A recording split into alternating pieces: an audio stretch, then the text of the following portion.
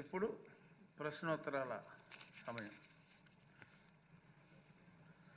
Question number 502 Shri Nadendla Manohar గారు.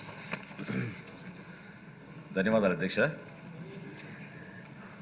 గౌరవ సభ్యులు బుచ్చే చౌదరి గారు మరియు తెలియజేసిన ప్రశ్నకు సమాధానం అధ్యక్ష. మొదటి ప్రశ్నకు సమాధానం 2019 నుంచి 24 సమయంలో ప్రజా పంపిణీ వ్యవస్థలో భాగంగా తీసుకున్న అమలు చర్యలు ఈ క్రింద విధంగా ఉన్నాయి అధ్యక్ష. అరెస్ట్ అయిన వ్యక్తుల సంఖ్య 9664 అధ్యక్ష. జప్తు అంటే బియ్యం జప్తు చేసిన పరిణామం 76,854 మెట్రిక్ టన్నుల అధ్యక్ష. ఇది పీడిఎస్ బియ్యం. పీడిఎస్ సరుకుల అక్రమ రవాణాకు సంబంధించి కేవలం 148 మందిని 2 సార్లు కంటే ఎక్కువగా గత ప్రభుత్వం అరెస్ట్ చేసిన అధ్యక్ష. ఈ కేసులో స్వాధీనం చేసుకున్న నిల్వలను ప్రతి కేసు యోగ్యత ఆధారంగా జాయింట్ కలెక్టర్లు మరియు జిల్లా కలెక్టర్లు జప్తు చేసి ప్రభుత్వానికి బదిలీ చేయడం అవుతుంది అధ్యక్ష. అరెస్ట్ అయిన వ్యక్తులపై క్రిమినల్ కేసులు నమోదు చేయడం అయింది. జిల్లా సెషన్స్ కోర్టులు మరియు గౌరవ హైకోర్టు ఉత్తర్వుల ప్రకారంగా తదుపరి చర్యలు తీసుకుంటాం అధ్యక్ష. పెద్దలు గోరంట్ల బుచ్చే చౌదరి గారు. అధ్యక్ష, మనోహర్ గారు మంత్రిగా ప్రమాణ స్వీకారం చేశాక తన శాఖకు న్యాయం చేస్తూ అనేక ప్రాంతాల్లో పర్యటించినప్పుడు అనేక గోడౌన్లు కూడా తనిఖీ చేశారు. ఏదైతే పేద ప్రజల సంక్షేమం కోసం అన్న తారక రామారావు గారు ప్రారంభించిన ₹2 కేజీ పథకాన్ని ఇవాళ నిర్వీర్యం చేస్తూ కొంతమంది దుర్మార్గులు దీన్ని పక్కదారి పట్టిస్తూ ఉన్నారు. ఈ మధ్య చూసాం మనం కాకినాడ కేంద్రంగా ఏ విధంగా వ్యవహారాలు నడిచినాయో. డిప్యూటీ ముఖ్యమంత్రి గారు పవన్ కళ్యాణ్ గారు కూడా వెళ్ళి అక్కడ తనిఖీ చేసిన సందర్భం చూసాం.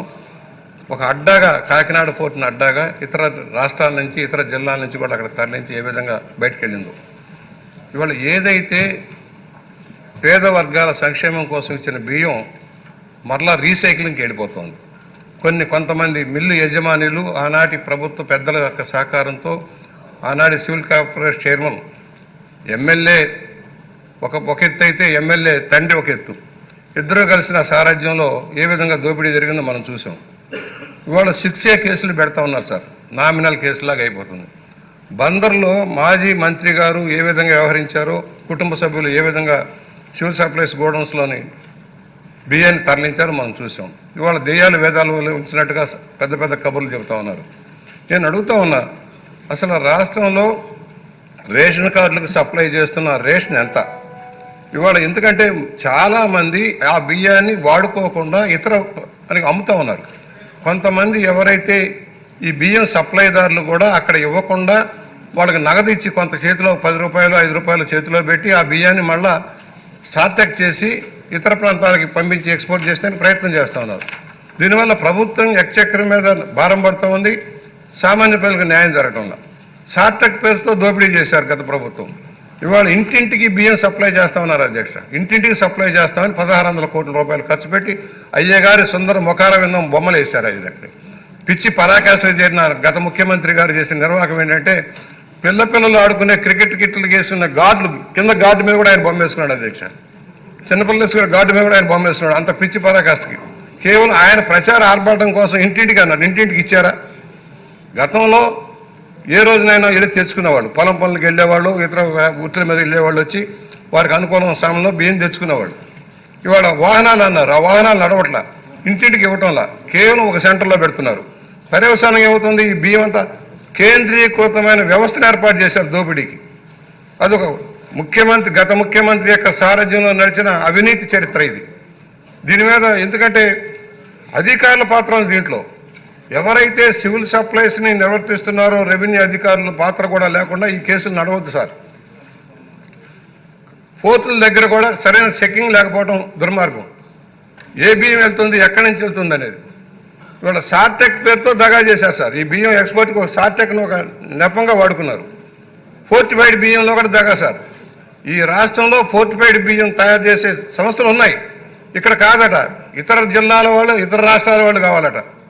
ఇక్కడ స్మాల్ మీడియం ఇండస్ట్రీ వాళ్ళు బతకాలా అక్కర్లేదా? దానివల్ల స్థానికంగా పనులు అవుతాయి. ఈ సందర్భంగా తమ ద్వారా ఒక విజ్ఞప్తి కూడా చేస్తున్నారు అధ్యక్ష. రాష్ట్రంలోని ఏ కొనుగోళ్ళైనా ఈ రాష్ట్రంలో తయారైన ఉత్పత్తులు కొనాల్సిన అవసరం ఉంది, సివిల్ సప్లైస్ కానీ ఏ శాఖ అయినా. దానివల్ల ఇక్కడ ఉత్పత్తులకు డిమాండ్ వస్తుంది. జిఎస్టీ కూడా మనకే వస్తుంది సార్. ఇతర రాష్ట్రాలకి ఇతర ప్రాంతాలకి కమిషన్ల కోసం ఇస్తే దాన్ని నష్టపోయేది మన ప్రజలు. వస్తువులు ఉత్పత్తి చేసే చిన్న చిన్న సంస్థలు దెబ్బతింటూ ఉన్నాయి.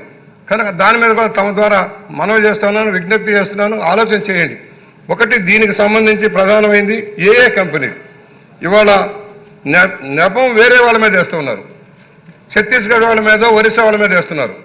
అసలు ఈ రాష్ట్రంలో జరిగిన రాజకీయ అవినీతి వల్ల జరిగిన పరిణామాల మీద సరైన చర్యలు తీసుకోవాల్సిన అవసరం ఉంది. నేను ఒకటే చెబుతున్నాను, దాని మీద ఏ కంపెనీలు, లావాస్ ఇంటర్నేషనల్, అశోక ఇంటర్నేషనల్, ఎవరు ఈ సంస్థలు, దీని బ్యాక్గ్రౌండ్ ఎవరు, ఎంతెంత సీజ్ చేసాం, సీజ్ చేసిన బియ్యాన్ని ఏం చేస్తూ ఉన్నాం, ఓడలు బయట నుంచి వచ్చిన ఓడలు నిలవబెడితే డెమరేజ్లు మళ్ళీ మనమే కట్టుకోవాలి అధ్యక్ష. డెమరేజ్ మన మీద పడుతుంది. ఆ పరిణామాలు లేకుండా ముందుగానే చెక్ చేసుకోవాల్సిన అవసరం ఉంది.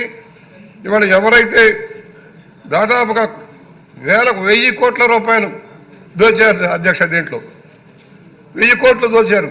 ఇంకా జరుగుతాను ఇతర ప్రాంతాల్లో కూడా. నేనేమంటున్నానంటే ఊరికి 6A కేసులు పెట్టి పెనాల్టీ వేయటం కాదు.